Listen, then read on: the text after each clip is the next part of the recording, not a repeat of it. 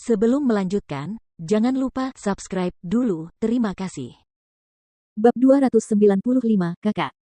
Tuan Rumah Besar. Meskipun ada banyak kekuatan di dinasti Tang, semuanya sengaja menghindari menyebut diri mereka dengan mansion. Dinasti Tang terbagi menjadi 21 prefektur besar, dan di setiap prefektur ada satu ahli top sejati yang bertindak sebagai master istana. Biasanya, itu adalah ahli dari Saint Realm. Di prefektur Skywave, satu-satunya orang yang dapat disebut sebagai mansion master tentu saja adalah penguasa prefektur Skywave. Mereka dari prefektur Skywave. Melihat ke arah tetua itu, Jian Wushuang memasang wajah muram. Sekte tanpa hati diakui sebagai kekuatan teratas di prefektur Skywave, tetapi prefektur itu sendiri tidak termasuk dalam pemeringkatan. Penguasa prefektur Skywave adalah seorang half saint, seperti tetua berpakaian hitam.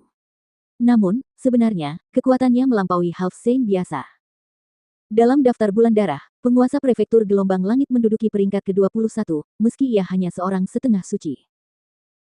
Semua ahli yang berada di peringkat 22 hingga 27 dalam daftar bulan darah berada di alam suci, tetapi bahkan peringkat mereka lebih rendah dari penguasa prefektur Skywave.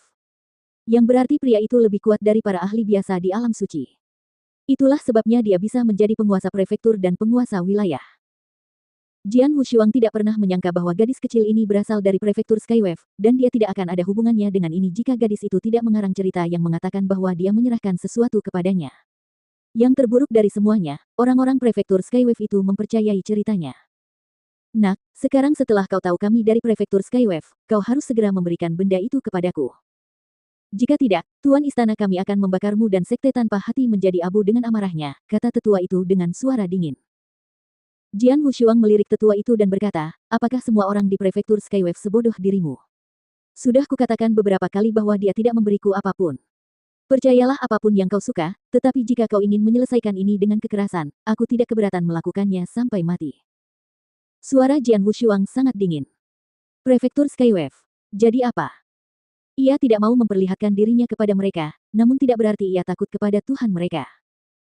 Sang tetua tampak cemberut, dan niat membunuhnya membumbung tinggi. Terserahlah, aku tidak akan membiarkanmu pergi begitu saja. Bawa gadis itu, dan bunuh mereka semua. Atas perintah itu, para pendekar yang dipimpin oleh sesepuh itu langsung menuju ke arah Jian Wushuang dan yang lainnya untuk membunuh mereka. Kalian berdua, berhati-hatilah saat bertarung dengan mereka, kata Jian Wushuang kepada Taisan dan Mo Ying. Keduanya tampak serius, siap bertarung. Namun, gadis itu bersembunyi di belakang Jian Wushuang, dan berbicara dengan suara rendah, tunggu sebentar. Tolong tahan mereka. Kakakku akan datang ke sini, dan saat dia tiba, mereka tidak akan bisa menahanmu. Kau memang licik sekali, aku yakin adikmu pun akan begitu.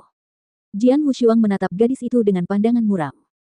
Semua ini seharusnya tidak ada hubungannya dengan dia, tetapi sekarang dia terlibat untuk alasan yang konyol. Gadis ini benar-benar telah menyebabkan masalah yang tidak terduga baginya, jadi dia tidak akan menatapnya dengan ramah. Sang tetua dan anak buahnya mulai menyerang. Minggir kau, gertak Jian Wushuang. Dia menghunus pedangnya, dan saat dia mengangkatnya, kekuatan yang luar biasa meledak. Saat dia mengayunkan pedang ke arah lawannya, sekelilingnya tampak terguncang oleh pedangnya. Pukulan ini begitu dahsyat dan menyapu bersih segalanya. Melihat pukulan ini, sang tetua tidak dapat menahan rasa takutnya. Dia segera berteriak, cepat, bekerja sama dan hentikan dia. Para ahli dari prefektur Skywave berusaha sekuat tenaga untuk menangkis serangan Jian Wushuang, dan mereka berhasil, tetapi hanya dengan pas-pasan. Pukulan itu membuat mereka semua terlempar. Mustahil. Sangat kuat. Yesus. Tetua dan para ahli dari prefektur Skywave tercengang. Sejauh yang mereka lihat, Jian Wushuang jauh lebih kuat daripada seorang setengah biksu biasa. Aku tidak menggunakan kekuatan penuhku dalam serangan itu, suara dingin Jian Wushuang bergema di seluruh area. Itu benar. Dia hanya menggunakan kekuatan origin dan jurus kelima dari teknik pedang tanpa pamrih dalam serangan itu. Karena dia tidak menggunakan alam pedang, itu memang serangan dengan syarat. Mendengar ini, tetua berpakaian hitam berdiri di sana sambil ragu-ragu. Tapi tepat pada saat itu, seluruh dunia tiba-tiba terhenti. Angin mereda dan tetesan hujan membeku di udara. Jian Wushuang, tetua berpakaian hitam, dan yang lainnya di area itu merasa seperti tidak bisa bernapas. Mereka hampir tidak bisa menjaga pikiran tetap jernih, namun tidak bisa bergerak sedikit pun. Waktu seakan berhenti. Apa yang terjadi di sini? Jian Wushuang panik. Taisan dan Mo Ying yang berada di belakangnya, begitu pula sesepuh berpakaian hitam, dan yang lainnya di depannya, menatap ngeri dengan mata terbuka lebar. Sungguh mengerikan. Kengerian yang belum pernah mereka alami sebelumnya. Bahkan Jian Wushuang merasakan sedikit rasa takut muncul di hatinya. Kecuali gadis kecil itu. Dia tersenyum gembira saat melihat perubahan yang tiba-tiba dan berkata, adikku sudah datang. Gadis itu menjauh dan melompat ke udara. Ruang beku itu tampaknya tidak memengaruhinya sama sekali. Meskipun Jian Wushuang dan tetua berpakaian hitam tidak bisa bergerak, mereka berhasil melihat ke arah mana gadis itu bergerak. Di hadapan mereka, seorang wanita dingin berpakaian putih, cantik tak terlukiskan, tengah berjalan ke arah mereka.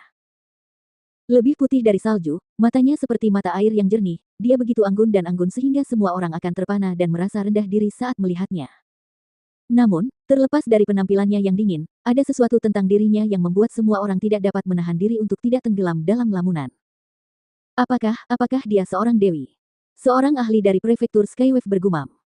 Dewi, dia memang seorang dewi. Bahkan Jian Wushuang terpana oleh kecantikan dan aura wanita itu.